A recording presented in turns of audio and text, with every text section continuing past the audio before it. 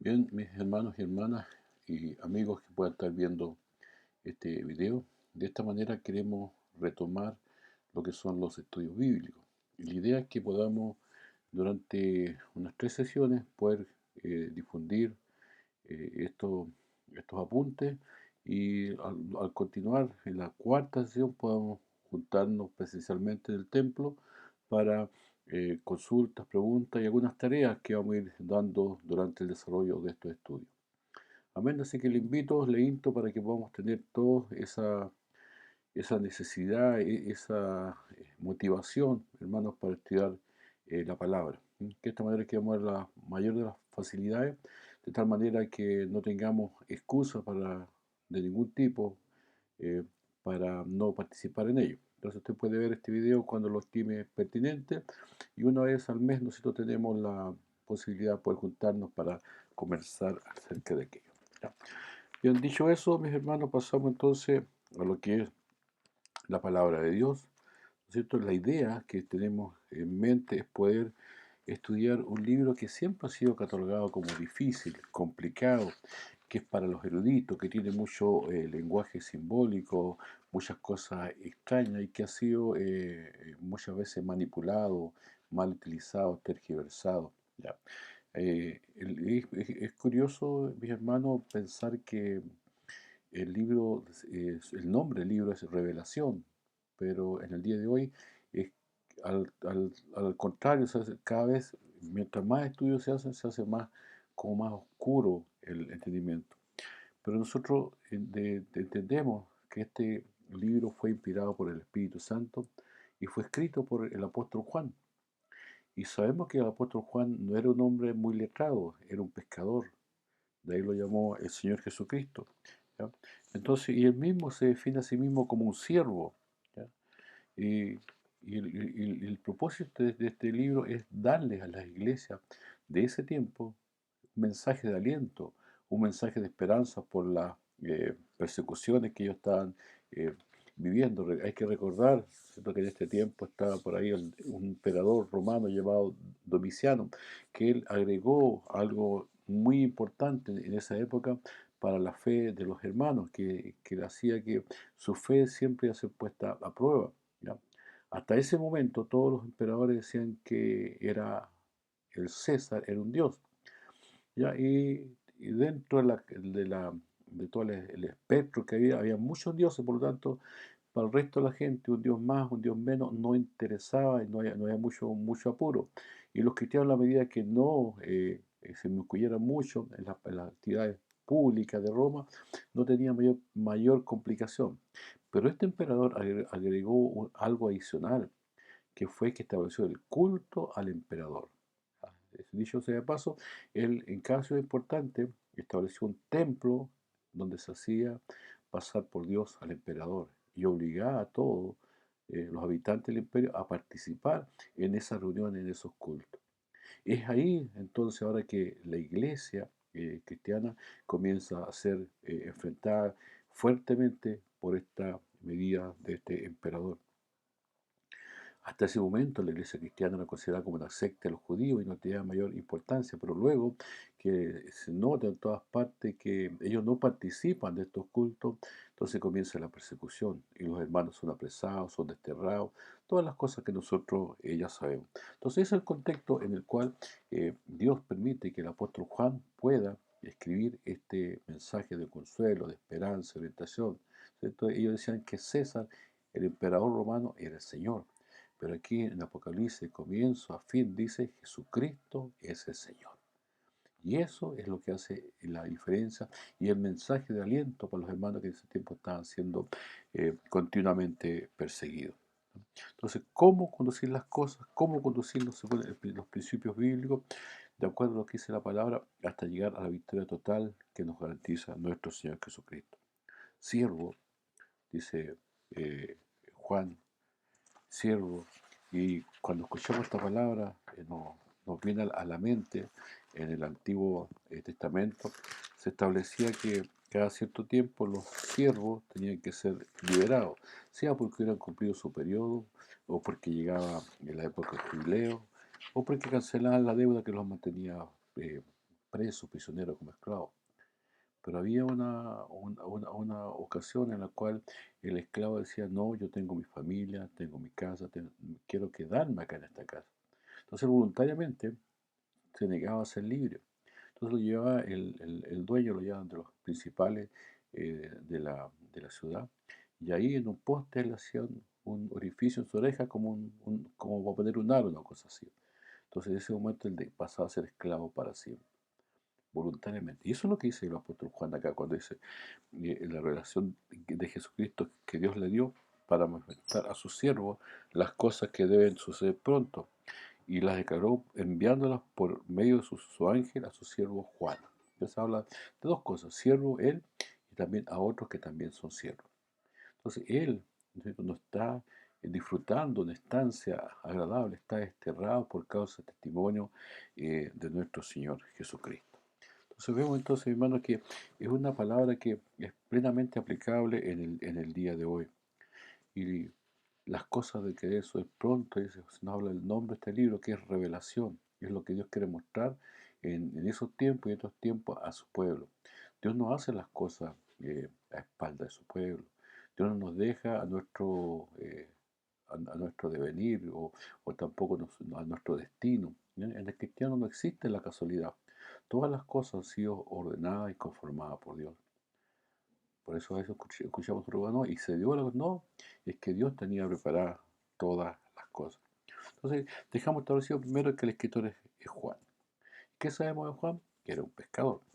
¿Qué más sabemos de él? ¿No es cierto? Que era un hombre que en un principio tenía un carácter más o menos violento. ¿Ya? No era muy buen, no era muy amable, que digamos. ¿Ya? Y él escribió, como decimos, la isla de Pasmo, ¿cierto?, en el primer siglo, cuando estaba desterrado. Ahora, si nosotros pudiéramos entender, comprender quizás de una mejor manera, eh, lo haríamos mirando el versículo 19 del capítulo 1 que dice, escribe las cosas que has visto y las que son y las que han de ser después de esta. ¿Ah? Entonces yo le dice a Juan, escribe las cosas que has visto primero, ¿ya? Y las que son, ¿ya? Y las que han de venir después de esta. Ese es el propósito de Dios. Mostrarle a su pueblo lo que está padeciendo, mostrarle a su pueblo lo que va a suceder y mostrarle a su pueblo lo que viene al final. Entonces, ese es el versículo clave, ¿ya?, para entender un poquito mejor este libro. Tres cosas: las cosas que has visto, las cosas que son y las cosas que han de ser después de esto. Pero también el Señor establece aquí algunas, algunas promesas, alguna bendición, ¿no es cierto?, para todo su pueblo, ¿ya?, que la encontramos en el versículo 3 del capítulo 1. Ya dice, bienaventurado el que lee. Hermano, hay que recuperar esa gana de leer la palabra. Hay que volver a tomar el libro de Dios, su palabra, como un libro sagrado, como un libro amado, como un libro que tiene algo que decirnos también en este tiempo. Bienaventurado el que lee y los que oyen. O sea, no solamente leerla en voz queda, sino también leerla en voz alta, para que el ambiente donde vivimos se llene de la palabra de Dios.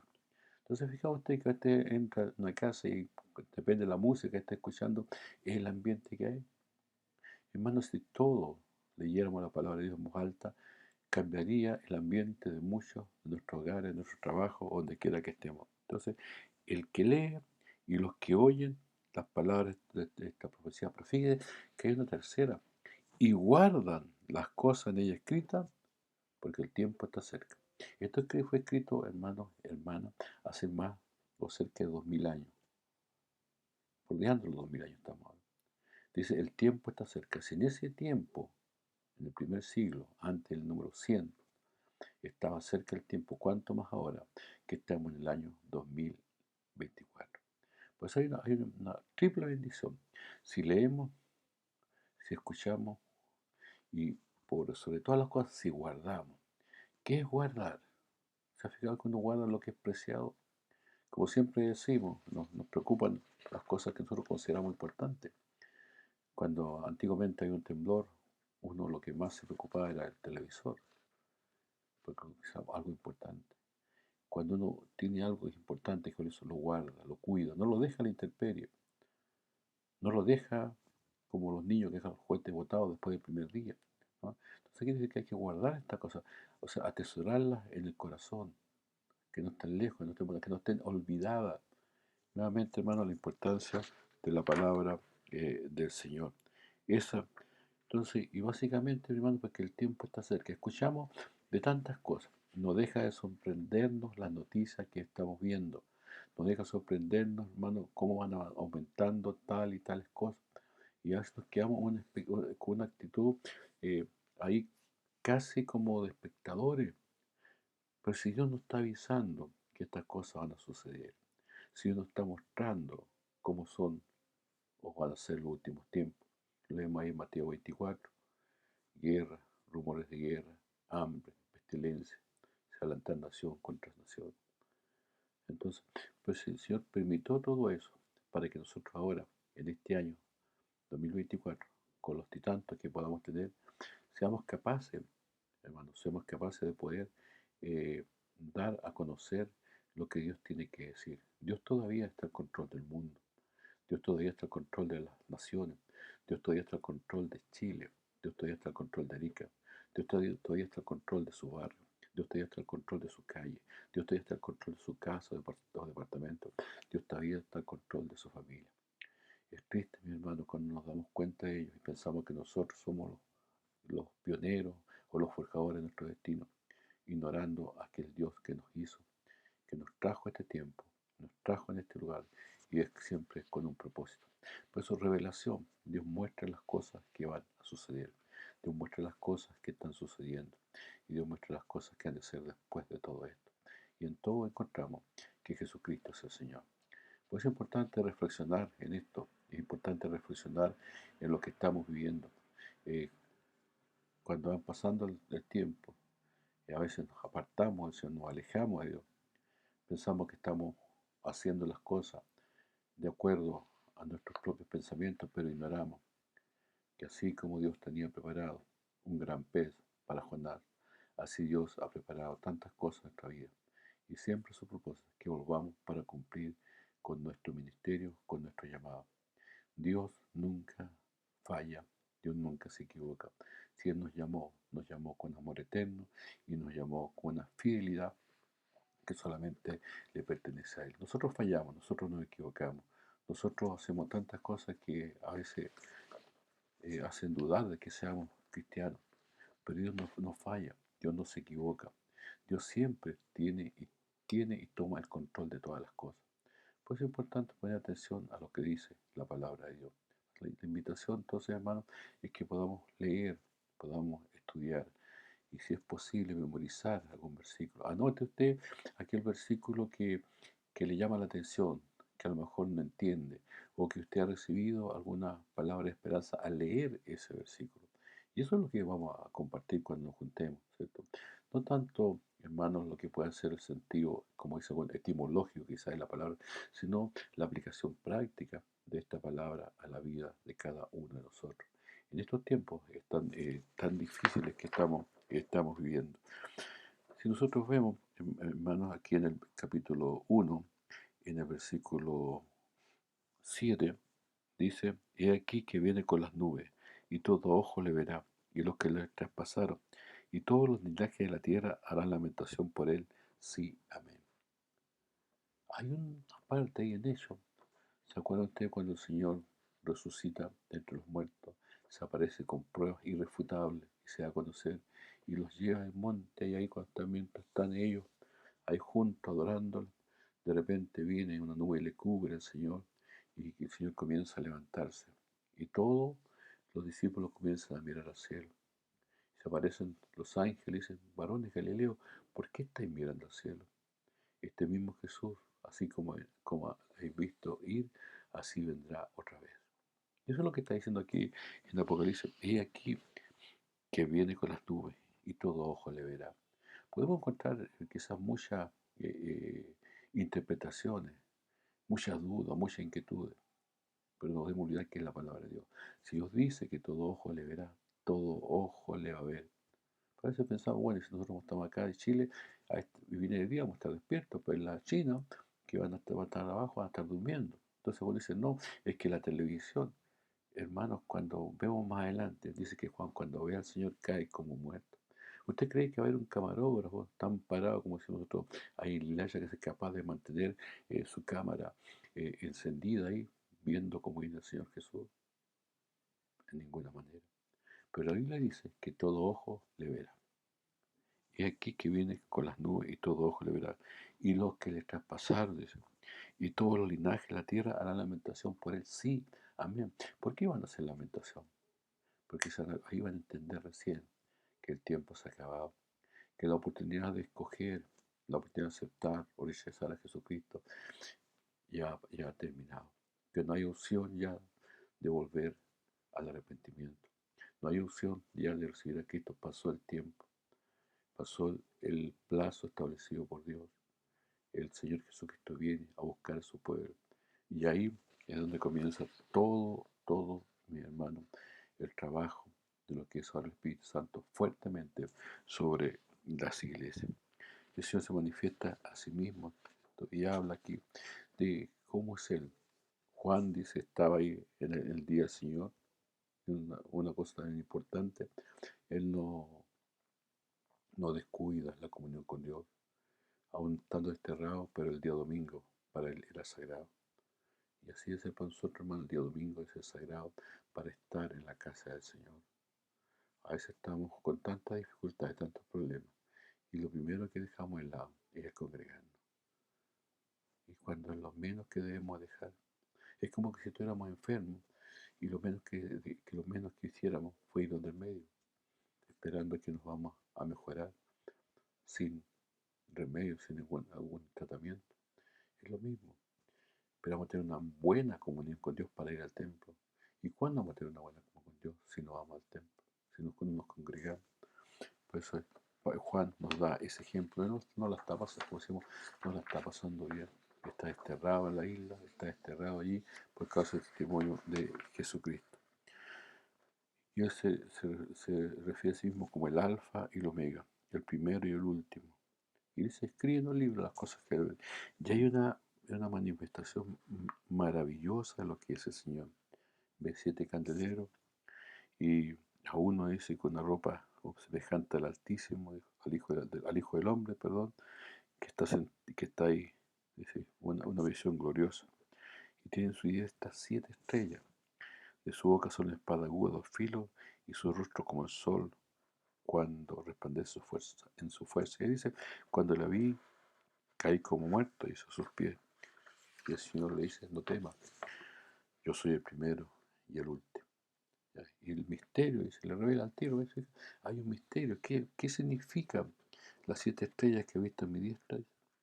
Son los 7 y los 7 candeleros de oro. Las 7 estrellas son los ángeles de las 7 iglesias. Y los 7 candeleros que has visto son las 7 iglesias. ¿Dónde están? ¿Dónde están las 7 estrellas? Están en la mano del Señor. Es una profunda, hermano, una profunda, hermana, es una profunda demostración del aprecio que Dios tiene para aquellos que sirven al Señor en el liderazgo de las iglesias. Pero cuando habla de ángel aquí, no se refiere a un ser celestial. No es que haya un ángel asignado por iglesia, no, sino que se refiere a ángel en el sentido que son enviados, establecidos por Dios. Y luego ahí comienzan el capítulo 2 ahora con lo que es el mensaje a las iglesias. Y quisiéramos quedarnos, ¿cierto?, en esta parte. Yo le invito para que usted pueda leer Apocalipsis, capítulo 1, leer también el capítulo 2, se puede más, ¿ya? Pero con esa eh, predisposición de recibir lo que el Señor quiere dar. No con una predisposición en el sentido que yo sé lo que dice, no con una mente abierta, un corazón dispuesto para recibir la instrucción del Señor para cada uno de nosotros. Que el Señor nos bendiga, que el Señor nos ayude y nos vemos una próxima oportunidad si el Señor no viene antes. Bendiciones, mis hermanos, y nos estamos viendo nuevamente.